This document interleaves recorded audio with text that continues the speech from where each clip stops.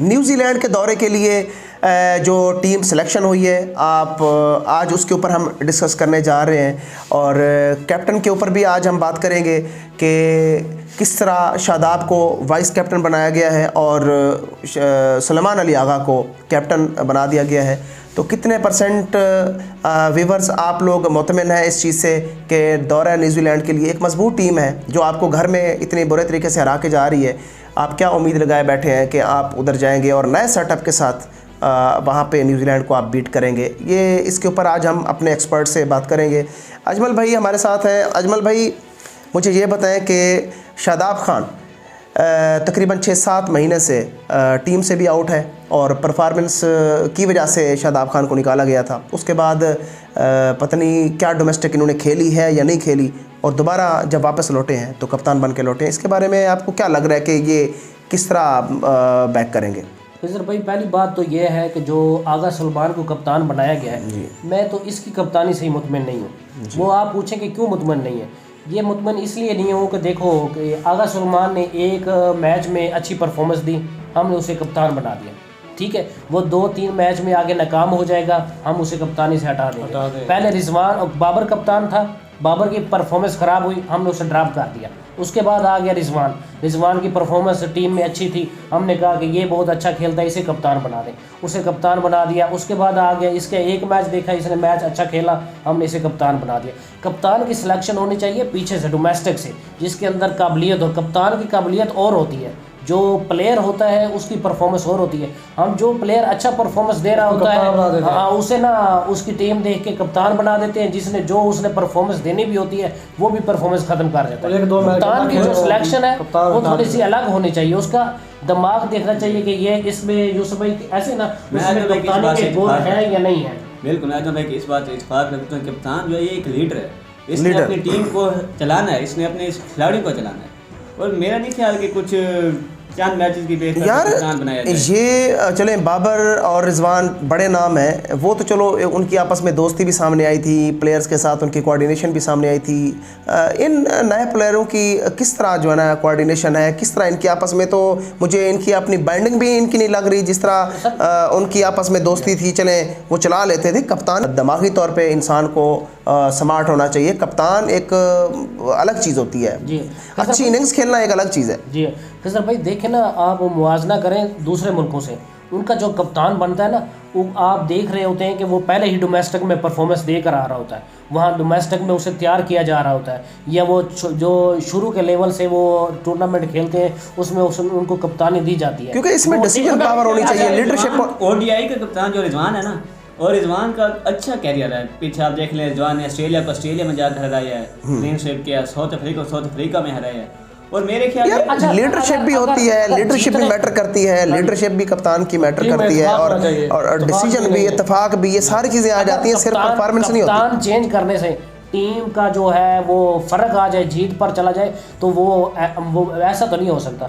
जो कप्तान होता है ना, कप्तान ठीक है, लेकिन चलाना तो कप्तान ने होता है। जो परफॉर्मेंस उसके साथ जो प्लेयर है, वो नया कप्तान बन गया है, उसको पता नहीं होना, उसको तजर्बा नहीं, उसको इतना तजर्बा नहीं होना कि मैं किससे कैसे बॉलिंग कराऊँ, किसे। रिजवान के पास तजर्बा था, ठीक है, आप रिजवान को ही कप्तान रहने देते हैं मिसाल के तौर पर, लेकिन उसके साथ हाँ मेन तो है, रिजवान ओडीआई का कप्तान है, लेकिन वो उसे चलाते थे। अगर कप्तान तैयार करना था तो उसके पहले कोई और तैयार करते, मेरे ख्याल में कोई लेकर आते और सोच हाँ चलो तैयार हो गया है तो फिर उसे अगले जल्दी तैयार हो गया, ठीक है, चलो मैं मानता हूँ कि आप कह रहे हैं तैयार हो गया, उसे तैयार कर दिया, फिर उस पर ऐसे तैयार करें कि जो अगला चैंपियन ट्रॉफी का या अगला वर्ल्ड कप, आगे एशिया कप भी आ रहा है, वर्ल्ड कप भी आ रहा है, उस टाइम तक उसे कप्तान रहने दे, नहीं चलने दो, ये बात है, फिर नया कप्तान आ जाएगा।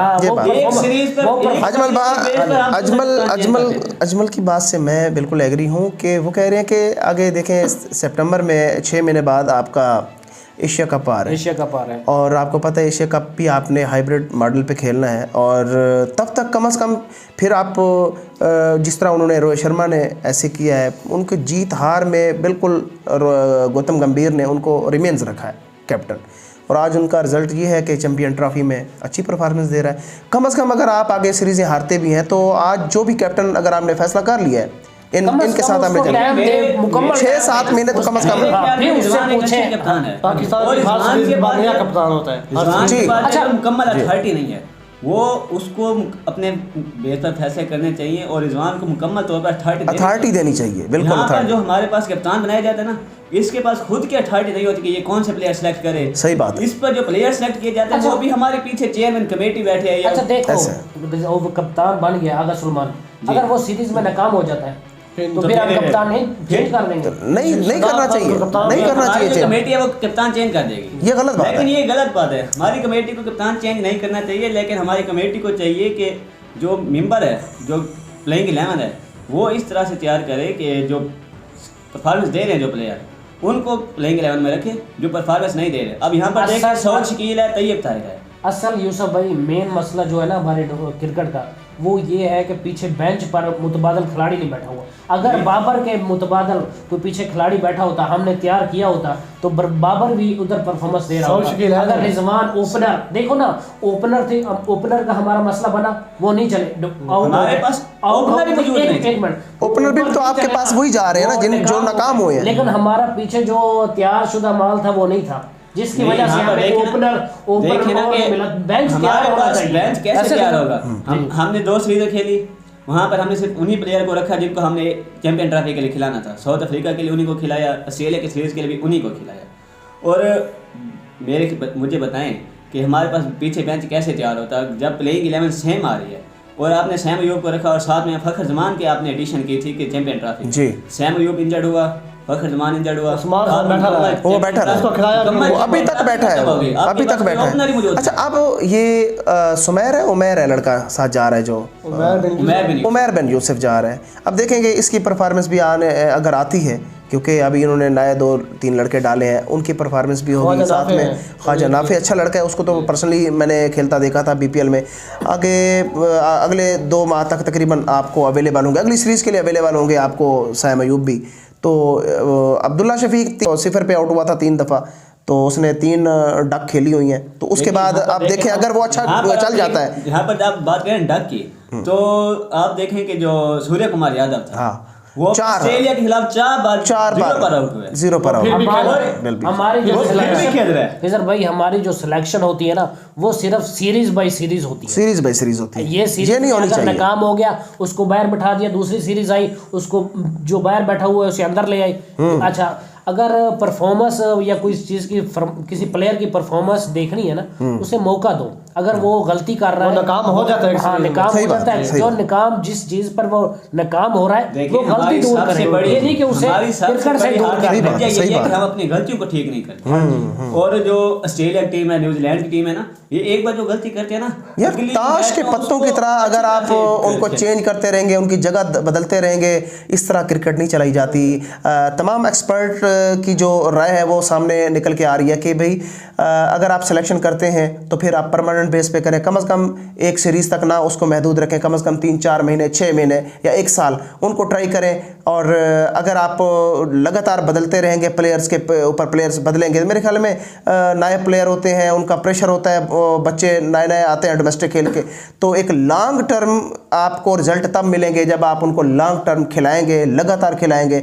तो ये देखें, पहले भी हमने पिछले 4-6 बड़े इवेंट हमने हारे हुए हैं, क्या हमने हासिल कर लिया। अगर आगे एशिया कप आ रहे हैं, अगर आप 6 महीने का इनको टेन्योर दे देते हैं, उसके आगे फिर 3-4 महीने बाद 26 में आपका वर्ल्ड कप आ रहे हैं इंडिया में, चलो आपको एक पूरा साल मिल रहा है। तो मैं कहता हूँ इस साल के अंदर इनको चेंज, एक ही कप्तान रहे, इनको चेंज भी नहीं करना चाहिए और प्लेयर्स को भी चेंज नहीं करना चाहिए। बाकी जो टीमें है ना, बाकी जो टीमें है ना, वो अपना जो कप्तान का या प्लेयर का फैसला करती हैं, वो ये देख के करती हैं कि हमने अगला वर्ल्ड कप खेलना है, अगले वर्ल्ड कप के लिए हमारा जो प्लेयर है कौन सा हमें तैयार होगा, पूरा मौका देते हैं। हाँ, पूरा मौका देते हैं। जब वर्ल्ड कप या कोई ICC का बड़ा टूर्नामेंट आता है तो वो प्लेयर निखर कर सामने आते हैं, उनको जिम्मेदारी होती है, पता होता है कि मैं इतनी देर टीम के साथ रहा हूं, इनको एक और चांस भी मिल रहा है, क्योंकि आगे PSL आ रहा है और आपका जो एशिया कप है वो 20 फॉर्मेट में आ रहा है। और PSL में भी आपके तकरीबन स्टार सामने आएंगे, ज़ाहिर है अच्छे खिलाड़ी निकल के मज़ीद सामने आएंगे। एशिया कप के लिए आपके लिए और ज़्यादा आसान हो जाएगा, एशिया कप के लिए T20 फॉर्मेट सिलेक्शन करना आसान हो जाएगा। तो हमारी जो टीम है अब आपसे लेती है इजाज़त, और इंशाल्लाह ताला अपनी कमेंट बॉक्स में अपनी राय ज़रूर दीजिएगा। अगर आपको हमारी वीडियो, हमारा चैनल अच्छा लगता है तो इसको लाजमी सब्सक्राइब कीजिएगा, बेल आइकन लाजमी प्रेस कीजिएगा, और अपनी राय का इज़हार ज़रूर कीजिएगा कि आपको पाकिस्तानी जो टीम है, जो सिलेक्शन है, जो स्क्वाड ये 16 रुकनी सिलेक्ट हुआ है, इसके ऊपर अपनी भी जो राय है वो ज़रूर दीजिएगा। और दौरा न्यूजीलैंड 16 तारीख को पहला मैच है, 13 तारीख को रवानगी है न्यूजीलैंड की तरफ पाकिस्तान टीम की। अच्छे की उम्मीद करनी चाहिए। तो मैं अपने तमाम साथियों के साथ आपसे लेता हूँ इजाज़त। अपना ढेर सारा ख्याल रखिएगा। खुदा हाफिज़।